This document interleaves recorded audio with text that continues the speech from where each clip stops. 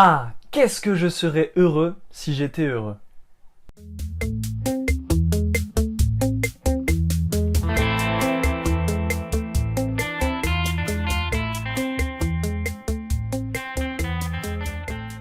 Salut à tous, je suis Victor Vera. Vous êtes sur la chaîne du blog Synopsis, un blog pour prendre du recul sur soi et sur le monde qui nous entoure afin d'être plus heureux.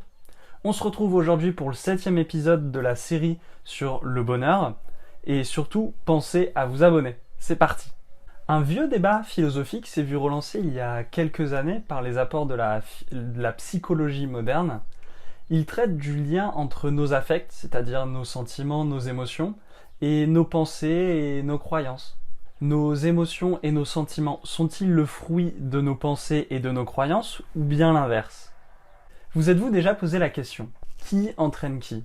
Les émotions en premier ou bien la pensée ?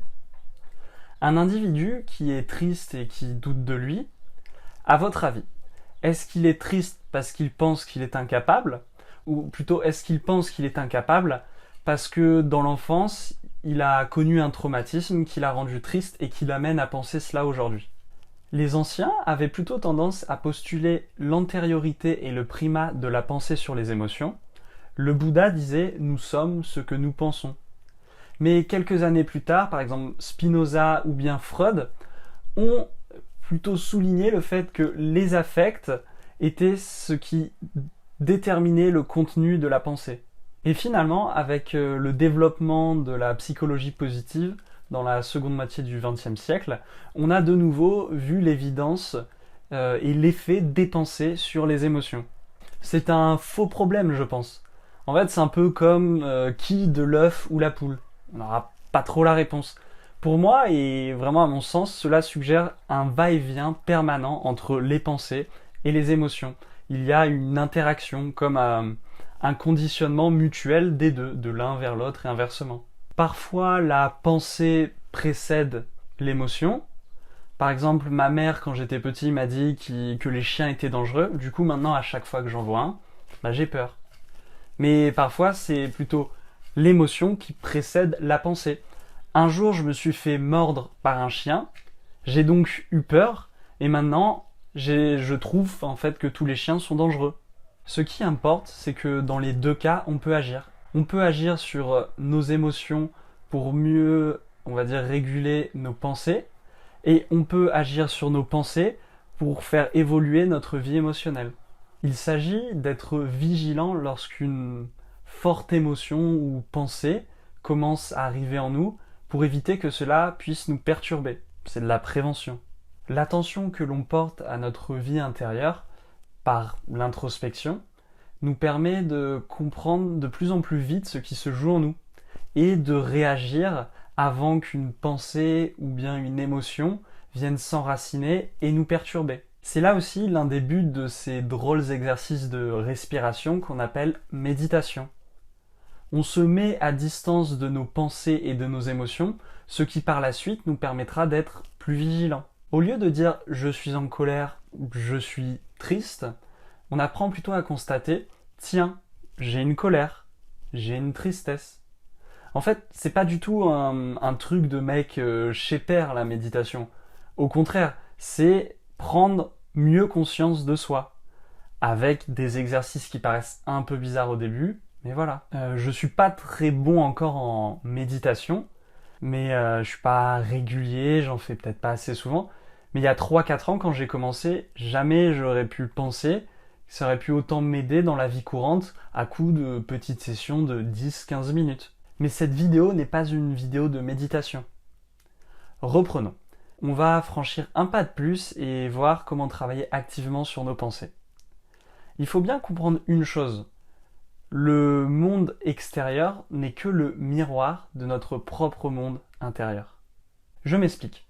Devant une forêt, un homme d'affaires y verra un potentiel site à exploiter, une peut-être exploitation minière, pétrolière, je ne sais pas. Un poète, lui, pourra y voir une forêt de signes et de symboles à interpréter et décrire, tandis qu'un mélancolique y verra avec nostalgie des événements qui ont pu se produire dans un lieu semblable. Vous avez compris, c'est la même situation, pourtant on ne voit pas la même chose. Un homme confiant pour avoir une belle opportunité dans une situation donnée, tandis qu'un homme timoré n'y verra que le risque. Nos croyances, nos pensées et nos états d'âme déterminent notre rapport au monde.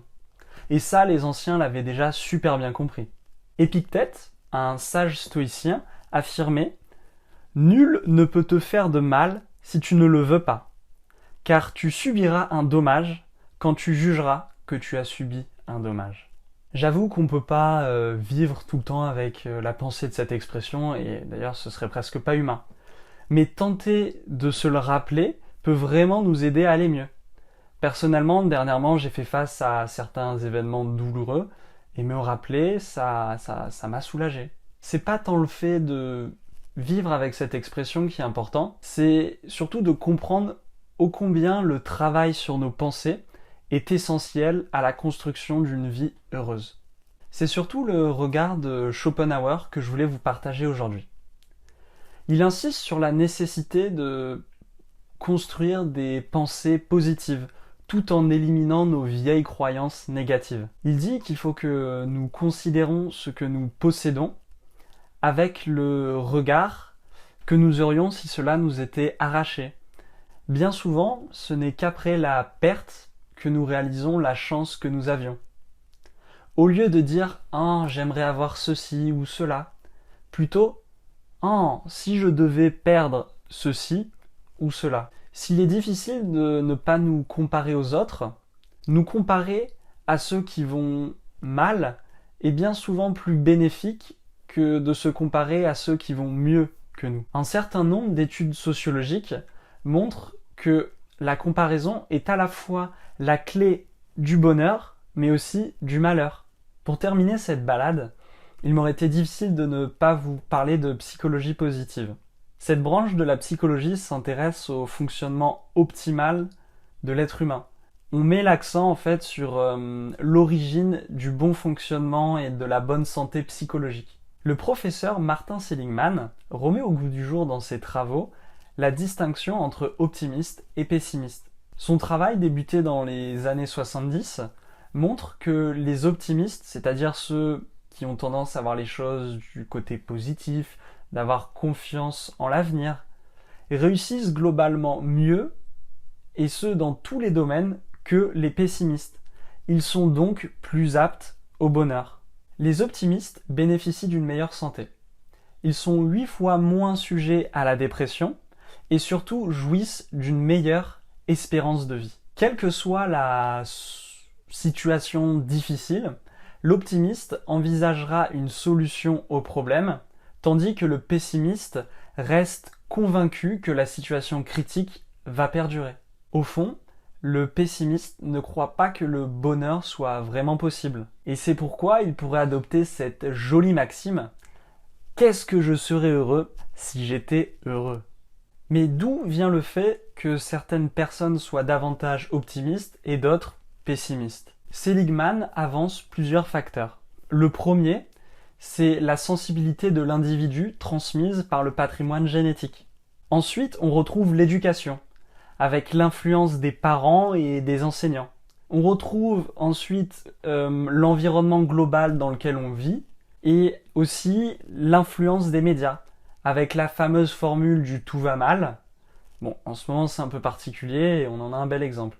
S'il est bien connu, en tout cas au moins depuis la vidéo d'hier, qu'on ne peut pas changer notre nature profonde, on peut néanmoins énormément influencer nos pensées. Alors typiquement, un pessimiste de nature ne va pas changer du jour au lendemain en optimiste. Par contre, on peut atténuer le caractère négatif de nos pensées, et ce pour aborder la vie avec davantage de confiance. Vous en serez plus heureux ou à défaut moins malheureux. Abonnez-vous, mettez-moi plein de pouces bleus, ça m'aide à être plus optimiste en l'avenir. Et voilà, nous sommes ce que nous pensons. Méditez cela. Allez, à demain. Ciao.